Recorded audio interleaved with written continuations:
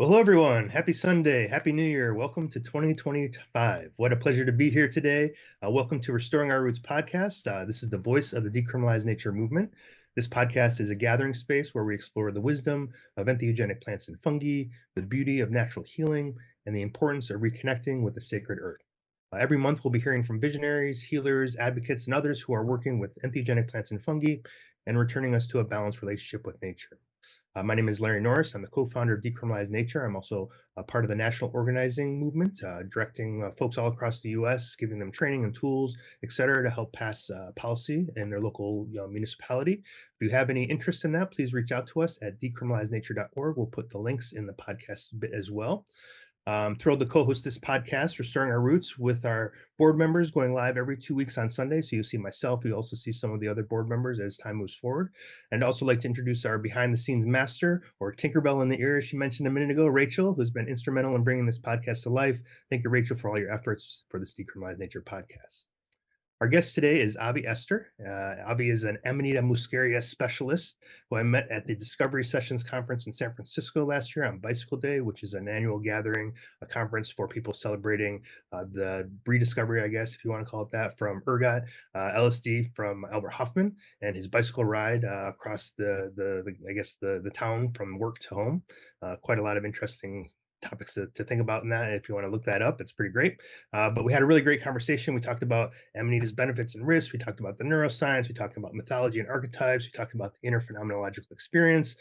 We only had about 10 or 15 minutes to speak, so there was so much there that I wanted to expand upon. It seems like people are really, receiving your information fantastically as well, really appreciating what you're bringing forth. And of course, this is a time of year when Amanitas are very, very common. So really wanted to expand the conversation and our dialogue today. And just for everyone else there that's watching this live, any questions or comments that come in live will be answered at the end. So go ahead and put some comments in the comment box and Rachel will bring that over. How are you doing today, Abby?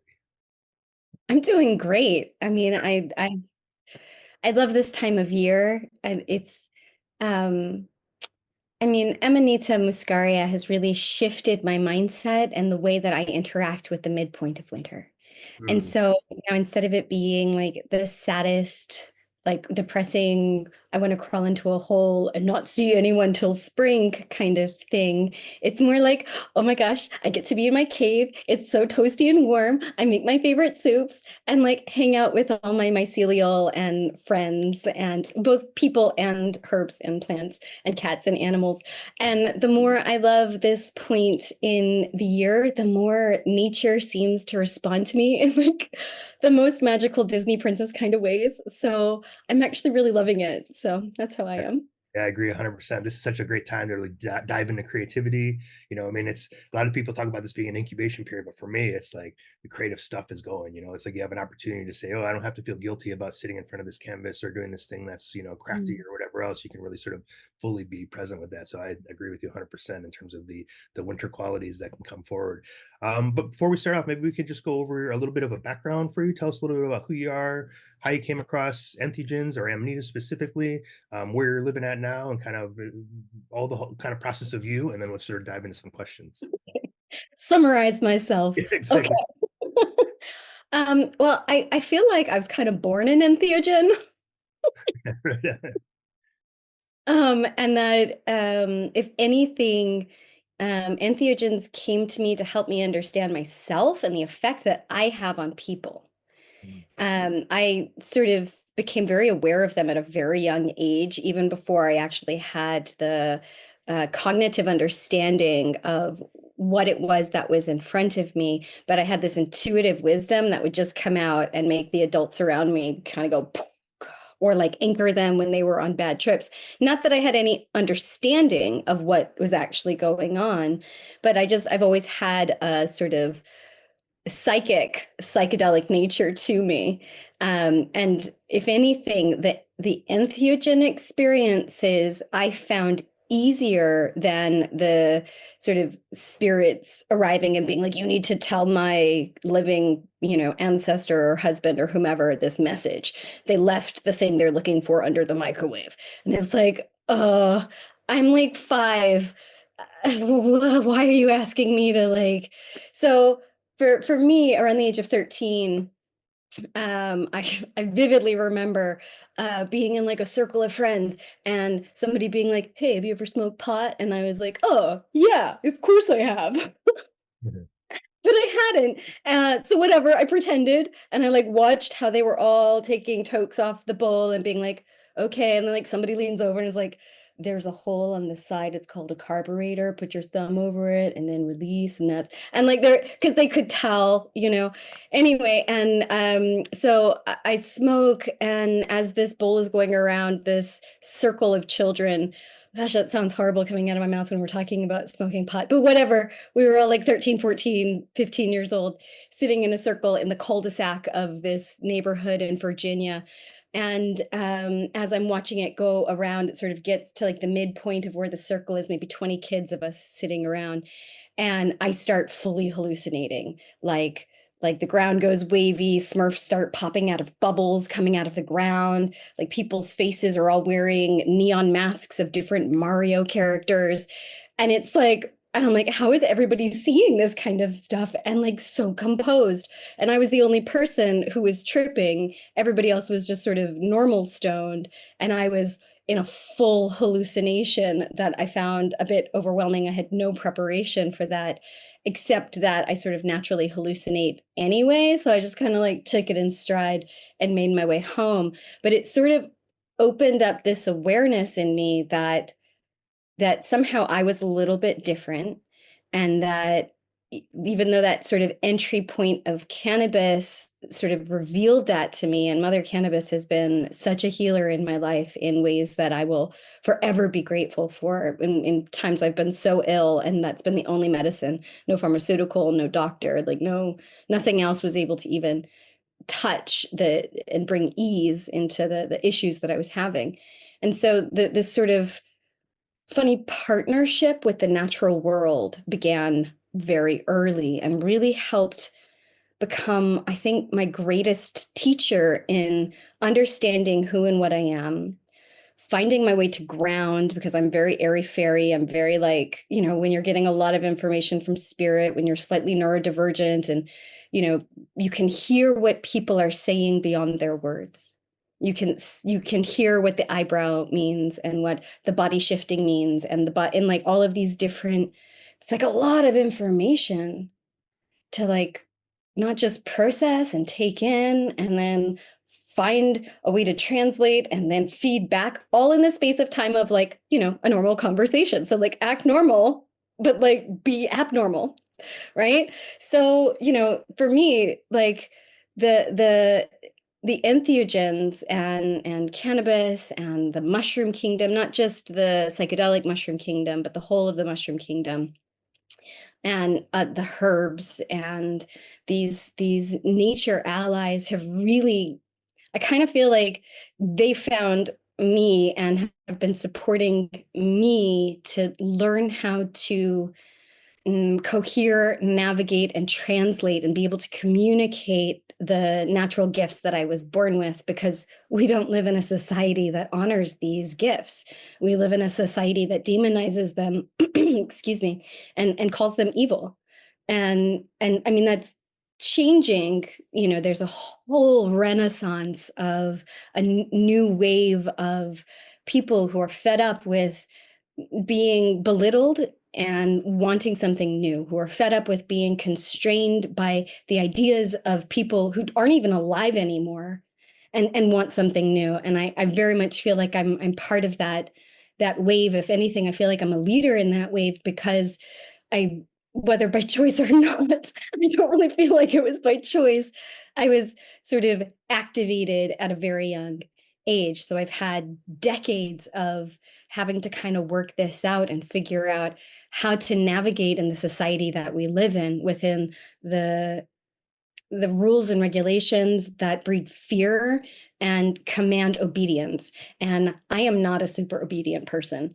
Like, I'm not. Like, we can be friends, we can have mutuality, but like, please don't boss me around, or like, yeah. So, that sort of, just to sort of round that into how then I brought that into the work that I'm doing now.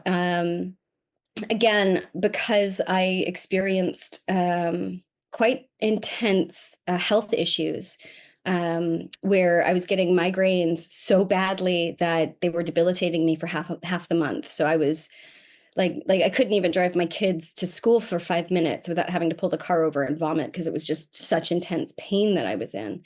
And I had been saying maybe for a decade up to that point that the earth grows our medicine, and that if we need to diagnose ourselves, instead of going to the doctor and being rushed out in 10 minutes, look in your front yard, look at what's growing in your grass, the weeds, look at what's growing on the logs. Just open your eyes and look. And if you don't know, look it up and ask, feel where you're being drawn to, and then do the research, get a book, crack it open and look up the plant that you're looking at. And, 9 times out of 10, it's going to be your medicine. And even though I had been saying that, and even like constructed a whole study around that, I wasn't doing it. And so at that point, I literally dropped to my knees, put my hands and my face into the earth, and I begged. And I got a message saying, hey, babes, I think I have Lyme disease. Could you find me some turkey tail mushrooms? And I went, babes, what's turkey tail mushrooms? And she was like, oh, babes, this friend and I, that's the way we speak to each other. Not all my friends, but just that one. and and so we began this conversation, and I started looking into that, and I started looking in more, and it opened my eyes to what I had already been saying. And I began to consume the turkey tail in a dual extraction form, and it healed me completely from the migraines within 3 months, completely. And then there were other sort of mineral imbalances. And while the Amanita was helping to support and manage the pain, it wasn't healing the gut issues that were creating the migraines. And neither of those mushrooms were complete enough to give me the minerals and the nutrients that I needed, that then the dandelions and the daisies and the self-heal and all the other plants that were growing in my garden were giving me. And so I then began really forging forward and healing myself and healing my children. And then, of course, after 6 months of doing that, I start getting messages. Hey, this is what's wrong with me. Can you help? Hey, this is what's wrong with me. Can you help? And I kept going, oh, it's so interesting that you've said that, actually. And what I was learning about me, to heal my kids, to heal my family, was then applicable.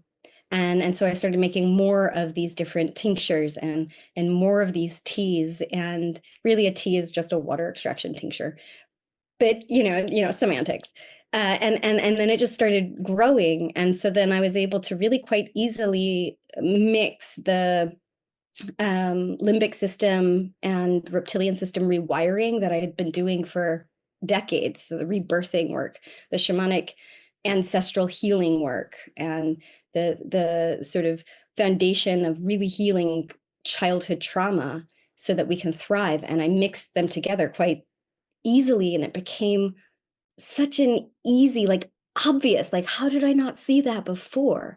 That the different plants help to support these shamanic processes. And I kind of almost want to use a different word than shamanic, but there's these intuitive processes that come from our nature, that come from the nature of community itself, the nature of family, of birth, that mix so perfectly with the natural world. And these different fungi and these different plants and trees all support these natural processes. They are so compatible and obvious once we have the eyes to see. And so then that's become my life, both personally and professionally, and I love it. That's amazing. Thank you, Avi. That's such a great story. And you said so many things there. I know we had Mudu speak on a podcast a little while ago, and he had the same thing about how do we reconnect with the weeds, quote unquote, and see them as medicine. And they're growing all around us, and people have what we call plant blindness. But even here, I tell people all the time, look inside, what's your environment, see maybe there's plants right next to that grow out of your yard that you don't even know that can help you with something. So what a journey that must have been to kind of really reconnect with what's around you and not be focused on like, oh, nature's out there. Oh, nature's Mm. actually right here, right next to us. You know, that's so beautiful. Then you said something earlier too, I think was interesting. I had an experience once which where like myself and the other person flattened in this two-dimensional plane and everything in between was black and white. And then every like eyebrow raise or smile or like little micro or breath or all the like nonverbal communication became clear in this black and white space between us. And it was like, Mm. wow, this is what's happening. And probably, you know, I'm guessing a lot of people can pick up on that, you know. And so here you are speaking to these subtle things that we see that we don't really pay much attention to normally, but can tell us so much more about the story than what's actually coming out of somebody's mouth. And so really, I think that's probably also important in sort of tapping into that being intuitive, trusting your intuitive sense to be able to then go into listening to the plants or listening to the mushrooms or listening to the other things that you're going to work with in terms of finding a pharmacopoeia that works for you medicinally and psychologically and spiritually, etc. So it sounds like you started off with amanitas and some other plants in the area.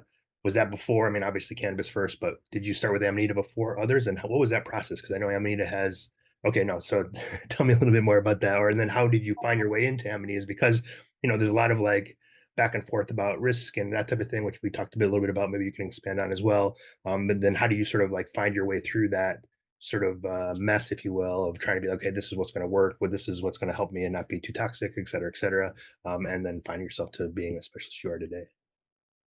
Well, so my first, so after cannabis, I might have been 16, and I can't remember if it was LSD or psilocybin first, because we are kind of going back a long time ago. Um, but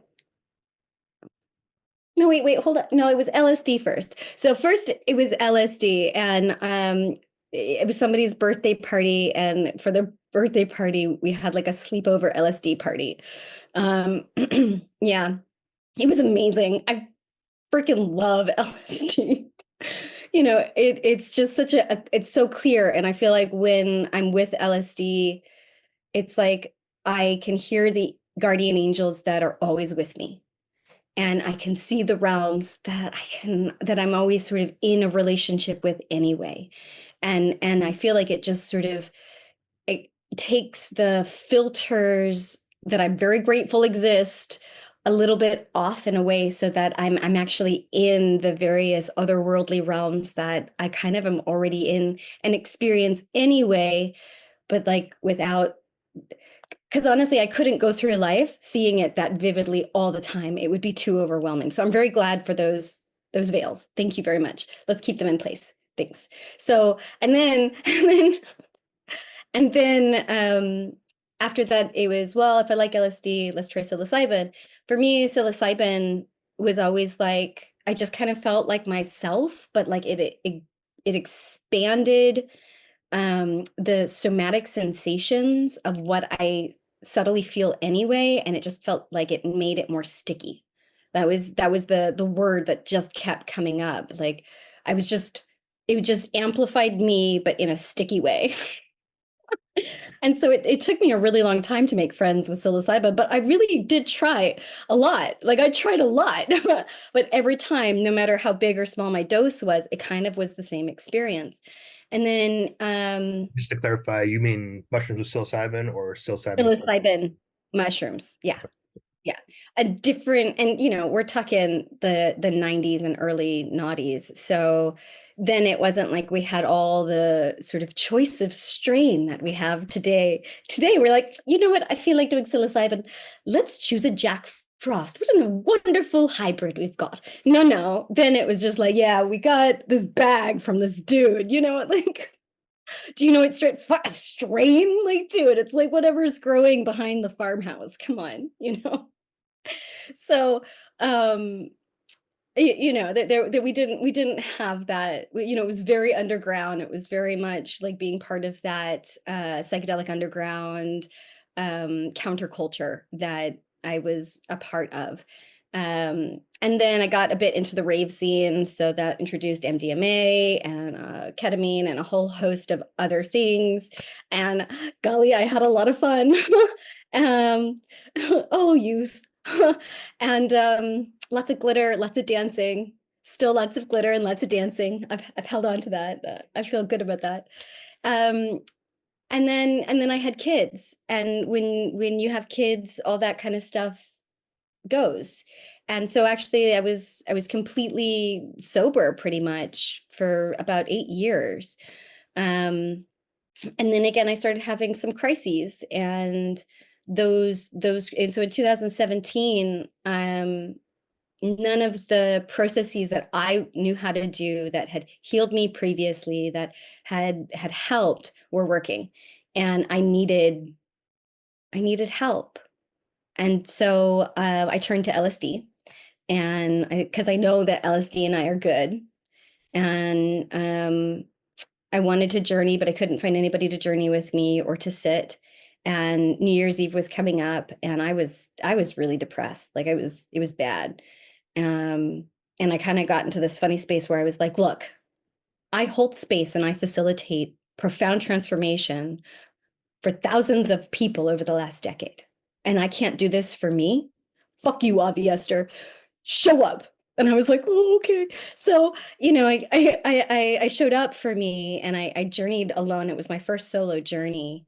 And it was beautiful and profound and full of tears and letting go. And then at the end, I kind of went, okay, none of the intentions that I set did I get.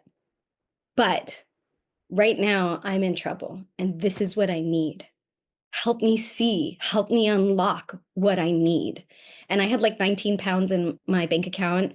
And I went into this very peaceful space where I felt like I was sort of held on a cloud of gold, like golden clouds. Like it was just lovely. And then all of a sudden I was like, oh, this. And so within 3 days, I had 2,222 pounds in my account. What a crazy number, like that exact amount. And then I was able to go on a journey that helped that whole healing process, and to integrate that journey over 3 months, that put me in a very good stead. So like we're gonna fast forward. Are we gonna fast forward?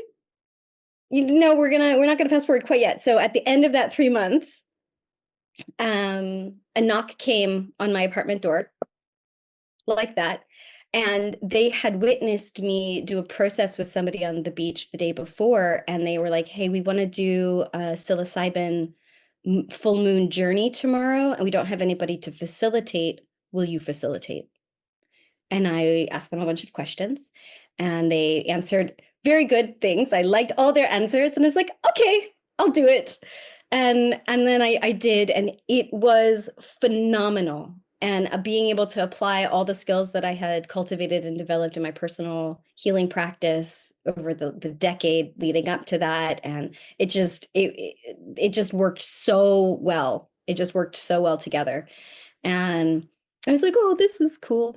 And so then now we're going to fast forward to 2018, and my life just continued to improve and get better. And I found my way here to the New Forest National Park in Hampshire, England, where I live now, in an ancient forest filled with wild ponies. Like every little girl's dream, according to me.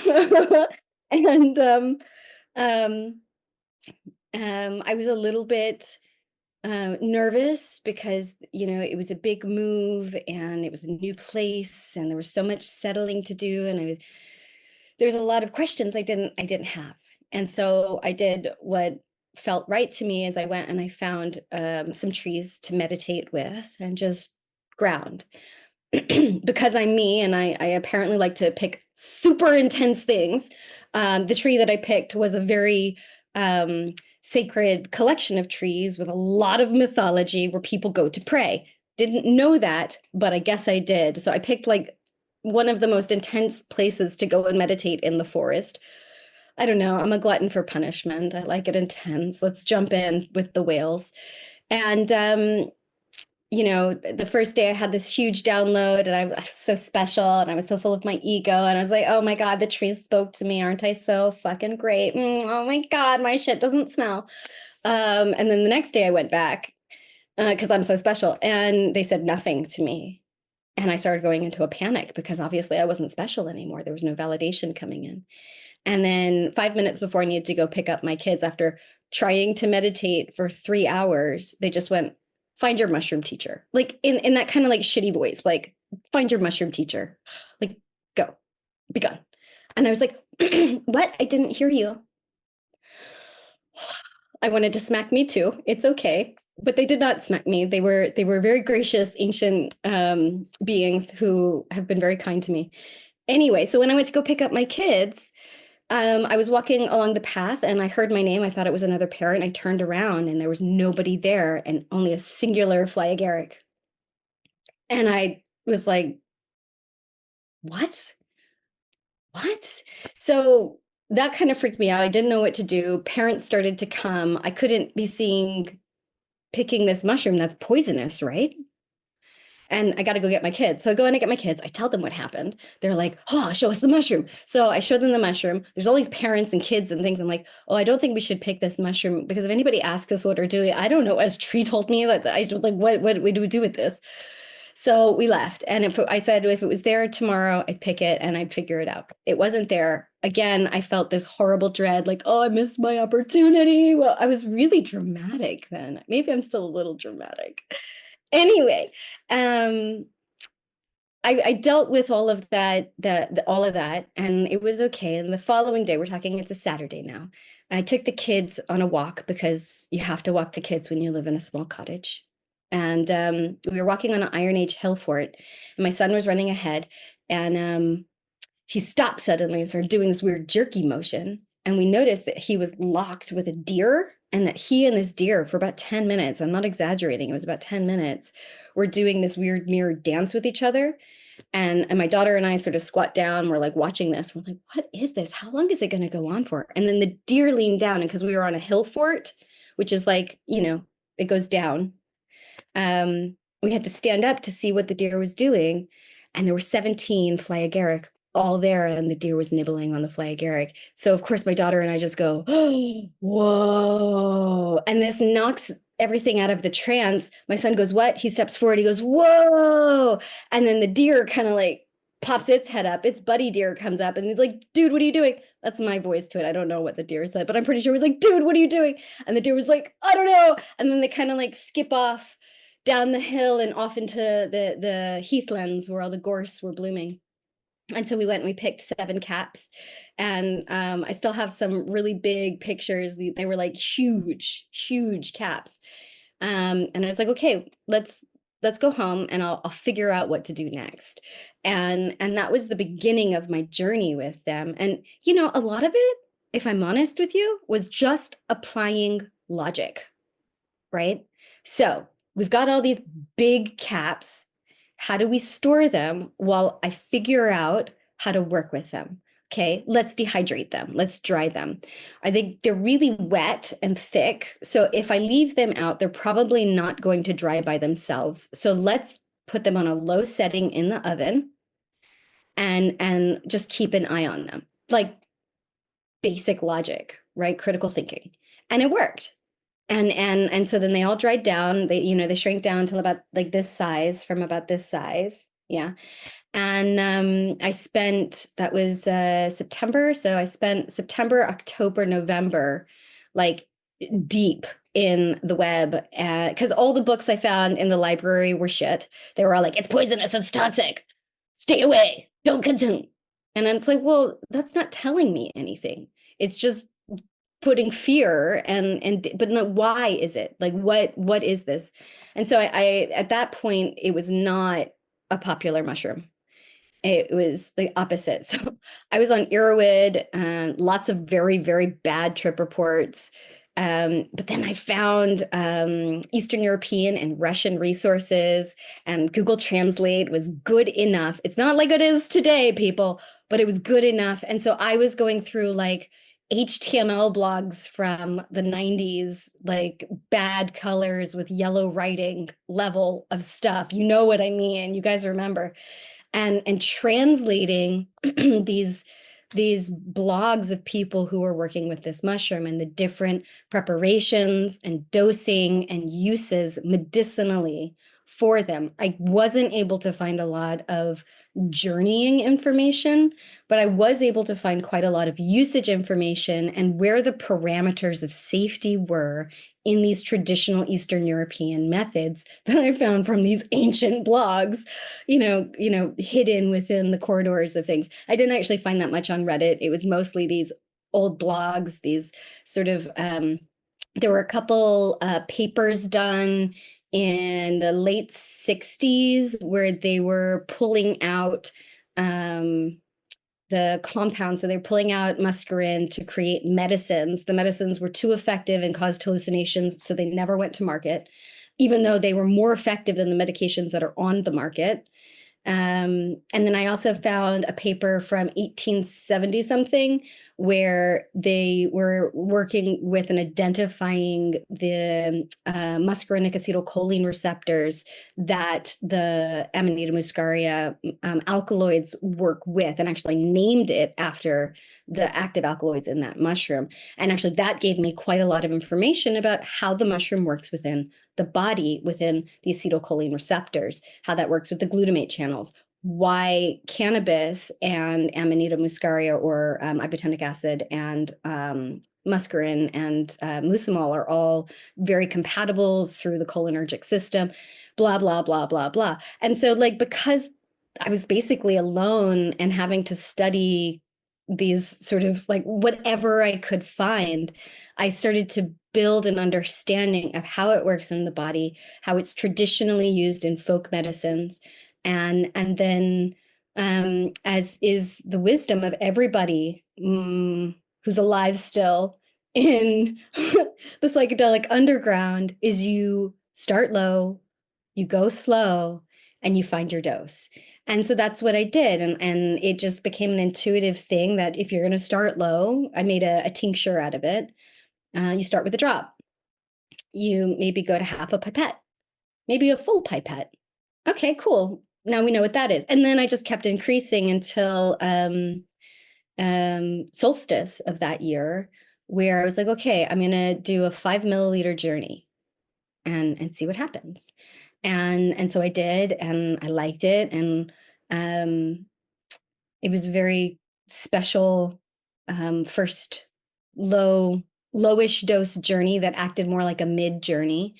And then I learned after that you could smoke it. So then I began sort of experimenting with different combinations of smokable herbs with tobacco and without tobacco. And I just kept growing and learning. And if I'm honest, within like a year or two, the Amanita Dreamer appeared, and more people started talking about Amanita muscaria, and then more information started coming out. And I still had some ego issues, so I would get a bit like, actually, no, you're talking about psilocybin, and psilocybin and Amanita muscaria are very different. And like, I just didn't like my attitude. But again, there was this whole way that they were working with me to help me see that I don't need to be validated in that way, that I am good enough as I am.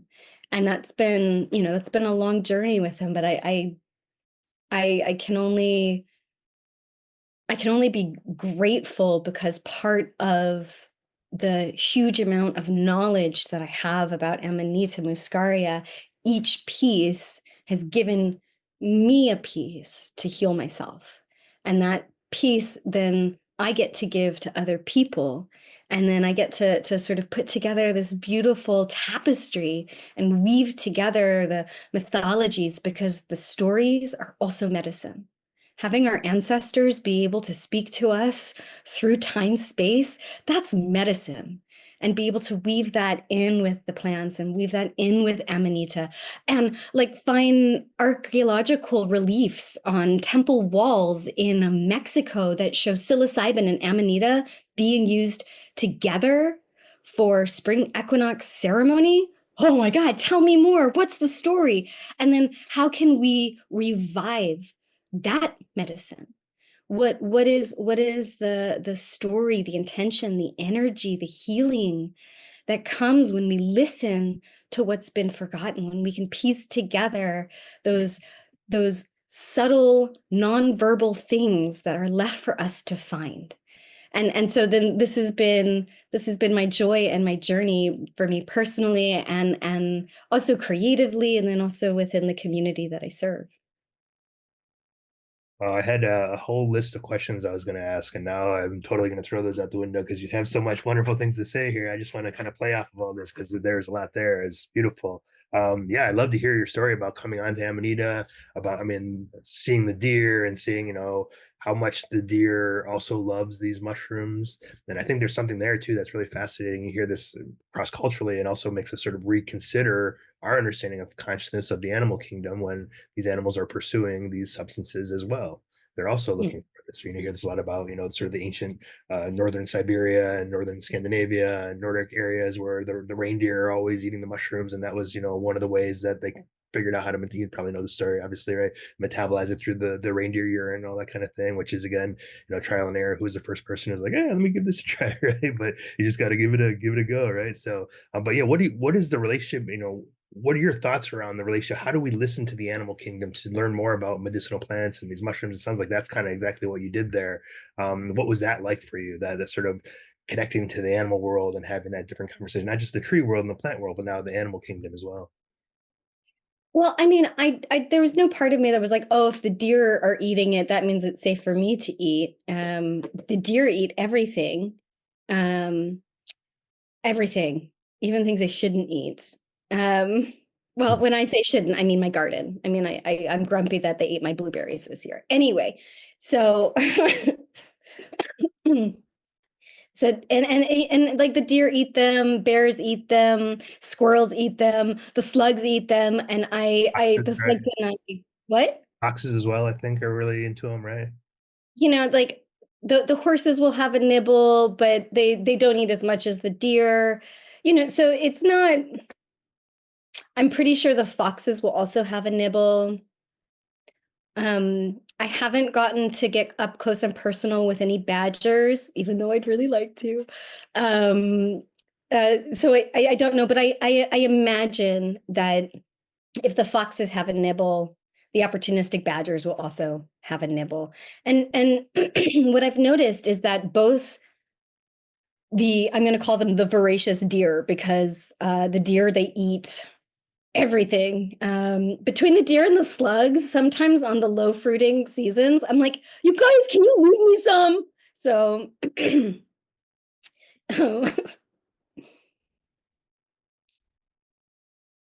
but it's like the sort of the wisdom is that unless something has the same metabolism as me, them eating it doesn't mean that I can. And it's folly to think that just because an animal can eat it means that it's safe or non-toxic for me. Um, but it did sort of like open up like the idea of this is a food source that they're not voraciously fully eating, meaning that they'll leave it. They'll have a few bites, they won't eat the whole cap. Do you think it's just food or psychoactive for them? I, based on their behavior, I am telling you for nothing, it's psychoactive. Okay. I've seen deer run, and when deer have been eating it, they're more curious, they're more brave. They'll go for walks with me, they'll forage with me without running away. And that's really unusual for the deer around here. That's just not normal behavior. Um, and while some people are like, oh, Avi, you're just magical. It's like, yeah, okay. Or they're also high. So, like I'm, yes, I'm magical. Thank you very much. And maybe like we're not just gonna get whisked away with the fairies and see if we can apply our whole selves, our minds, our emotions, our intuition, and some critical thinking. I'm a big fan of critical thinking. I feel like the more people who have critical thinking, the better the world will be. So it's like there's this sort of confluence of understanding, and then it's like that the animals also bring medicine. So it's like, what is the medicine of the deer? What is deer medicine? And I don't mean that in an entheogenic sense, because I know that there's many traditions that identify the deer as the animal archetype for that medicine. But I mean, take that away just for a moment. What is deer medicine? What did the deer teach us? Right? And then when we're looking at the distinction between, say, red deer, fallow deer, munkjack deer, reindeer, we're talking about very different deer. They have different behaviors, they have different mating, they have different living situations. They have different, like the red deer is male led, the reindeer is female led. So even though, yeah, okay, they're all deer, it's very different medicines. And if we follow the ancient medicines and the cult of the reindeer, that goes back to a matriarchal society that was nomadic in nature, that believed that the deer mother was this great divine cosmic mother that held the sun and the moon and the stars in her antlers, and she led her people along the pathways of winter to food and warmth and survival. And some of those ways were brutal, because if you were injured, you fell behind. That was you being swallowed by the deity of winter.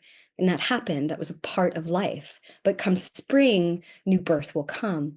And so you have these different medicines that come with the different animals. What is squirrel medicine? Like, what is cheekies, skirteries, save it away? What is that kind of medicine?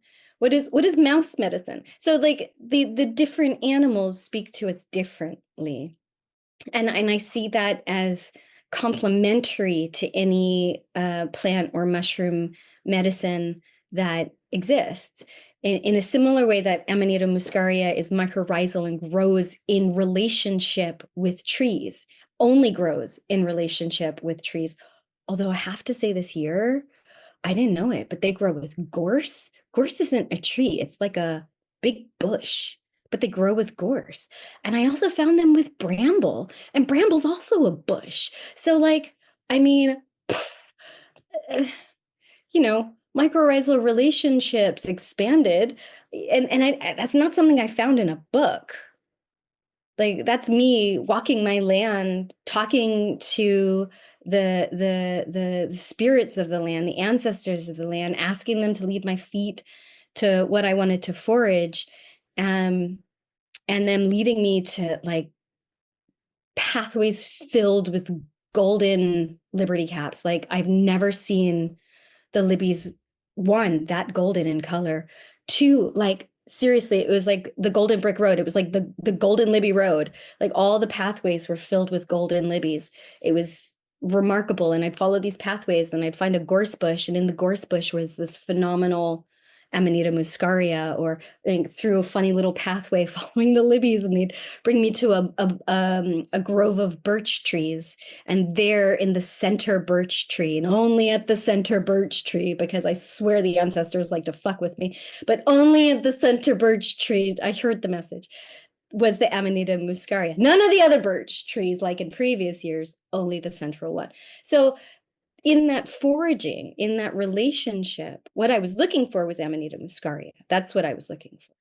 But what I found was what I needed, which were this pathway of golden libbies. And when I did nibble them, like, so much ease and grace, and it's okay, and let's play. Let's have fun with this. Can you hear the squash, squash, squash of your feet on the ground? It's so squishy.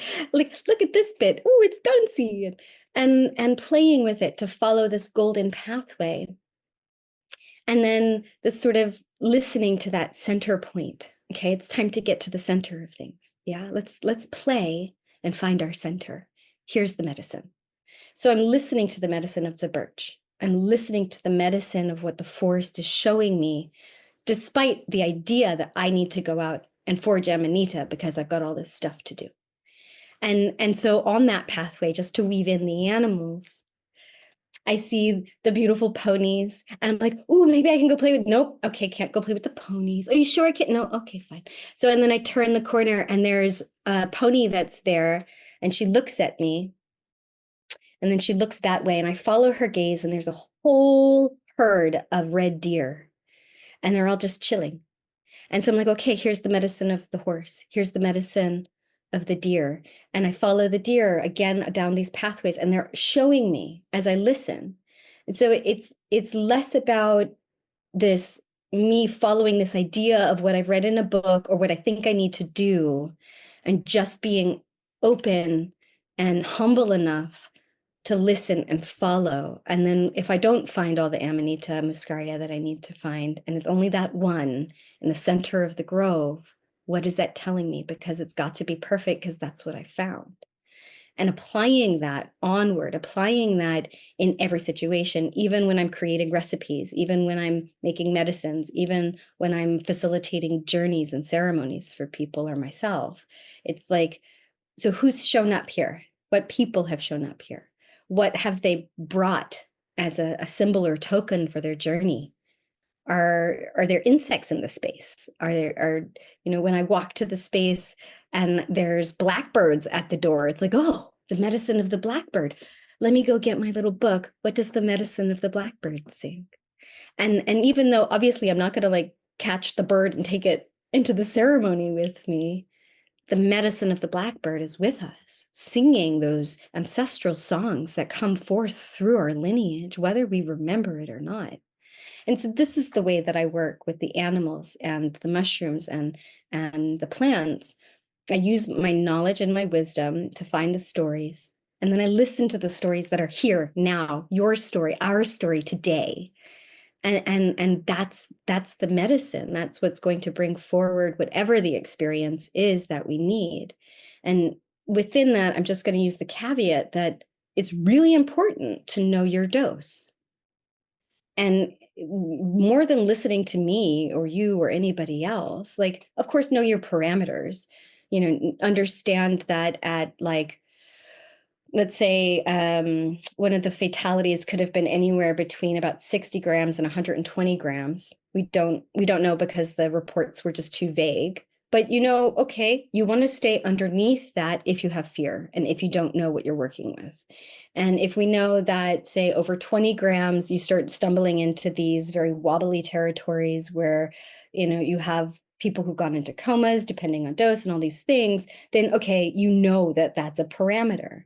And then the opposite end of that with the microdosing stuff. And it's everywhere. Like, seriously, you could type it in. There's so much information.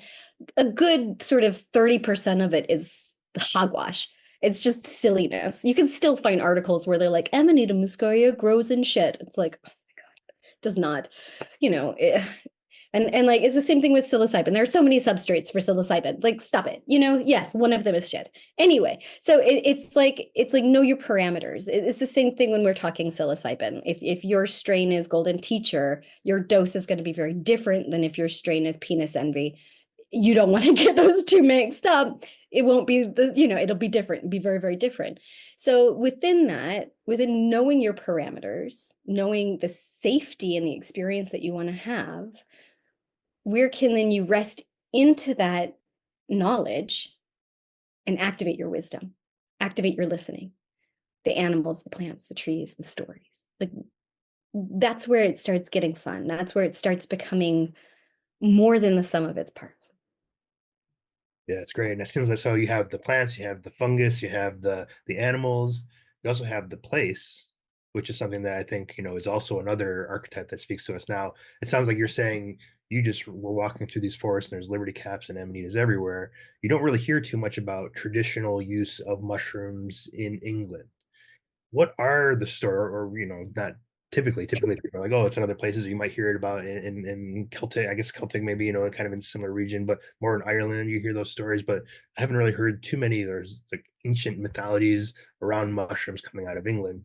And of course, nowadays England has one of the strongest or more difficult policy regarding these types of things. Maybe not amanitas, but other mushrooms and other things are very, very illegal. Cannabis as well. I think they're trying to push it back on the Schedule A again or whatever, something like that. Or someone told me there from back in the day, about a year ago. So what's the place? What's sort of the history of the place? And we do only have about 14, 15 minutes. We want to maybe do some questions too.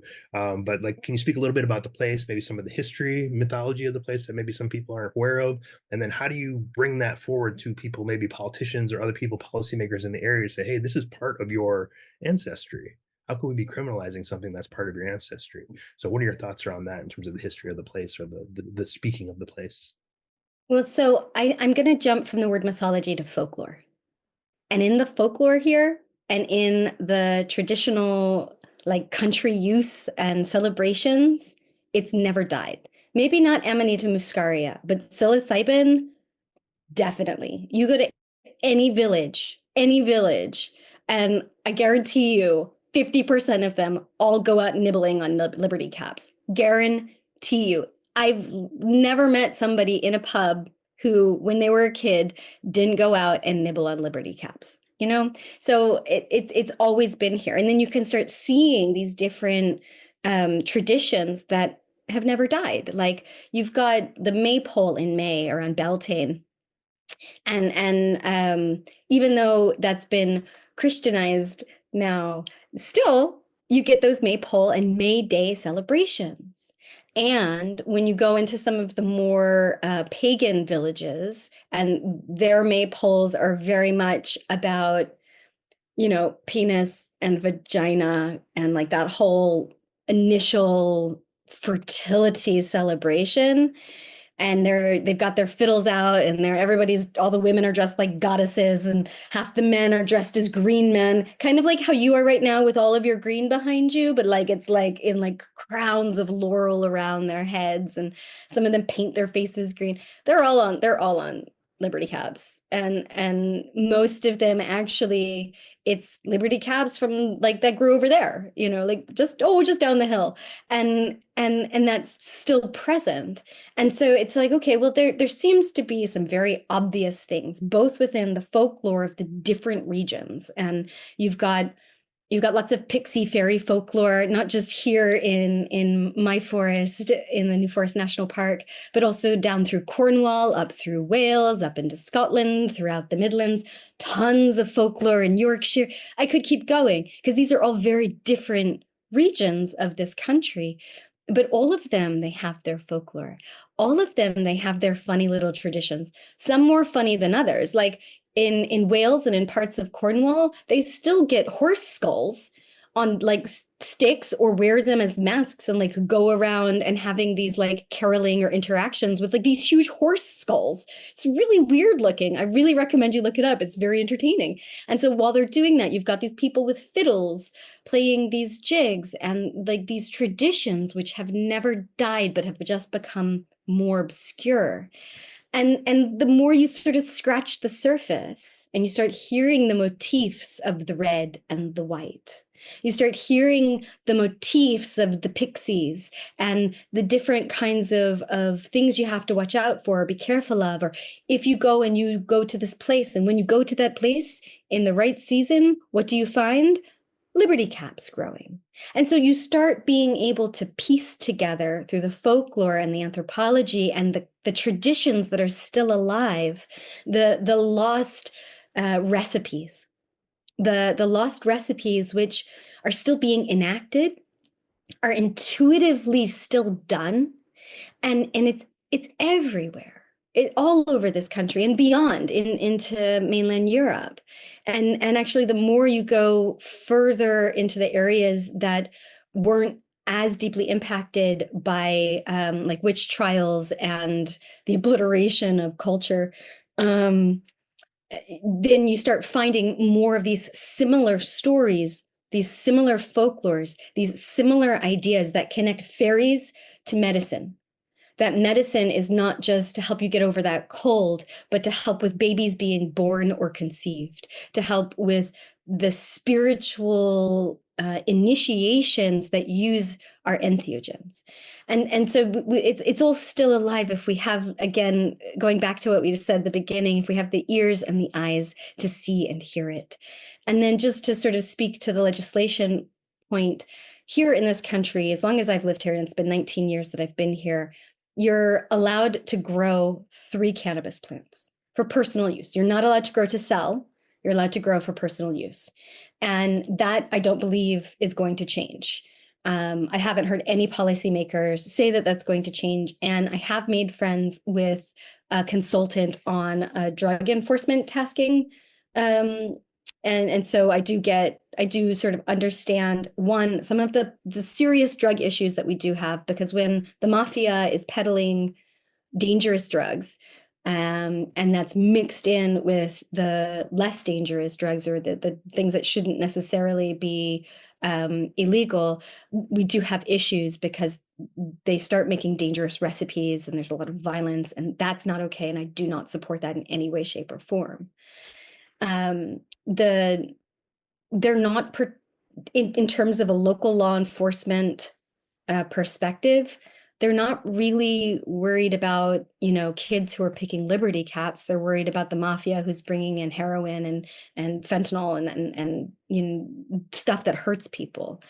They're worried about huge kilos of very strong strains of either cannabis or psilocybin that actually, why do we need that much of that? And it's sort of, there's this wrong action that's coming down in force to make that behavior stop, while in the local law enforcement, they're not really doing much about the kids who are growing or picking, and they're not doing much about the local cannabis growers, because that's not where the problems are.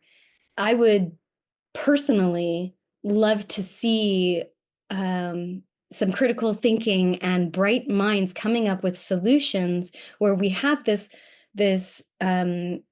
clear sight of what's working and what's not working, what's dangerous, what we really don't want to have, and how we can shift that.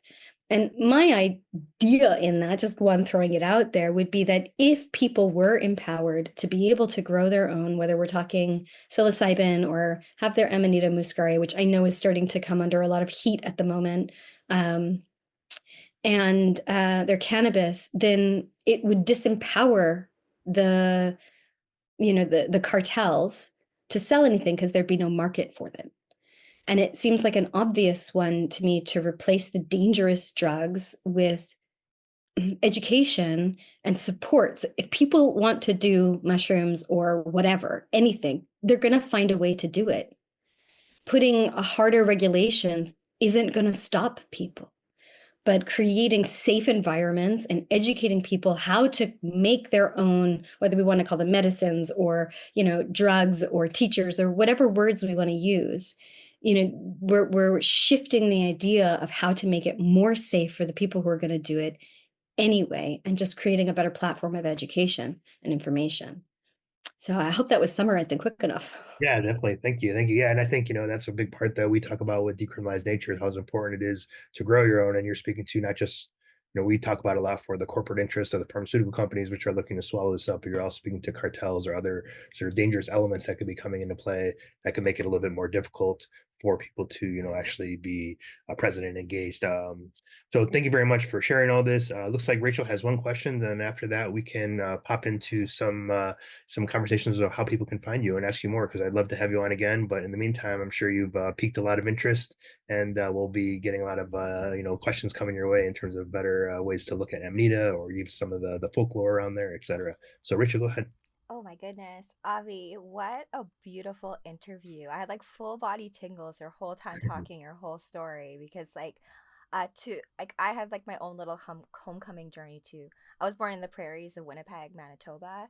And so what you were talking about, like the Manitou, the spirit of all life, like she spoke to you, right? And she asked you to have a mission to do this thing, and like you came through. So I just was like, thank you for doing you, Abby, because like it's just you need like you're like I see you, I see you, like all of you, all your layers of who you are. So I just have one question from the audience. We actually had about quite a few people listening in, but just one about like just sacredness of timing with amanitas. Do you have a personal time of the year that you typically like revisit amanitas specifically? Well, I mean, obviously during fruiting season. And fruiting season varies depending on where in the world you are. So in here it begins sort of September-ish Okay. and runs through beginning of December. Sometimes a little earlier, sometimes no, never a little later. I've never seen it a little later. In sort of like, let's say California right now, Northern California at the moment, it's like peak fruiting season. I totally have like envy, like watching my friends who are foraging with their big hauls, and I'm like, oh gosh, I want to be there, And so now that's their season. But when we're talking about working with them, when we're talking about the use of them, and basically, if you pull up a pagan calendar, right? So you've got your 4 quarters, you've got your solstices and your equinoxes, and then you have your cross quarters, right? Yes. So in the Celtic traditions, that would be Imbolc, which is coming up around the 1st of February, which is across from Samhain. Is that right? And then you've got Beltane that's coming up in May. No, Beltane, Samhain, Imbolc, and Lammas. Yeah, there we go. I've got my compass correct now. And so you've got your 4 quarters and your cross quarter ceremonial celebrations. And you can find your ancestral and regional land alignments, not just sort of the Celtic versions of that, but your stories of the land you live on and your ancestry, because they are everywhere. Every indigenous culture have these celebrations, full stop. And so then you'll find your motifs, right? You'll find your red and white motifs. You'll find your sacrament of wisdom and knowledge motifs. You'll know what your recipe is, whether that's Amanita muscaria or Amanita muscaria mixed with psilocybin or your somawaska or your whatever. Yeah, because different regions have their different entheogens. So you find your way, your stories, your ancestry in these cross-quarter and quarter ceremonial areas. Amazing. That question was from Nuclear Queso.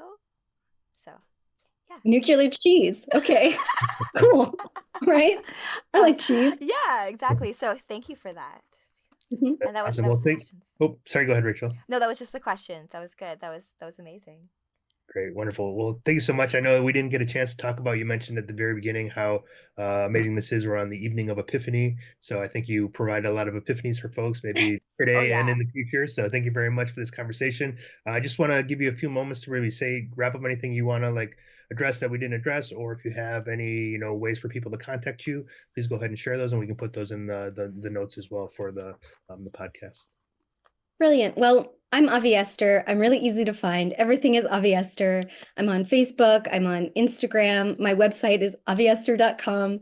It's super simple to find me. I really welcome questions and comments. I have a number of courses coming up.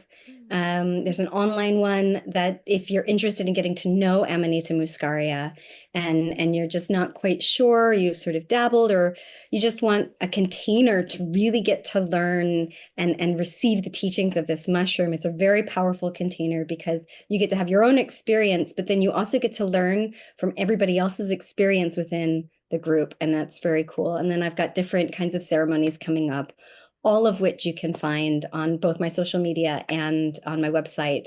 And my email is all on there. I'm really easy to find and to contact. So I really welcome all that. Great, wonderful. Well, it's been such an incredible conversation. I think, like I said, all the questions that I wanted to ask, you touched on a whole different area that I wasn't even considering. So I really, really enjoyed this. This means we got to bring you back for another time so we can maybe do one of my questions, then the 400 that you bring up after that. So I look forward to that in the future. And thank you everyone for being here. Thank you, Avi, again. Really appreciate you spending some time with us. Thank you, Rachel, as well, for helping us out from the backside of things. And thank you everyone else out there. Have a happy new year. Merry 2025. I hope this is going to be a great one for us. Until next time, tune in, stay rooted, and let's grow together. Have a great day. Bye. Plant power to the people. Plant power to the people. Where you dream is where I'll meet you.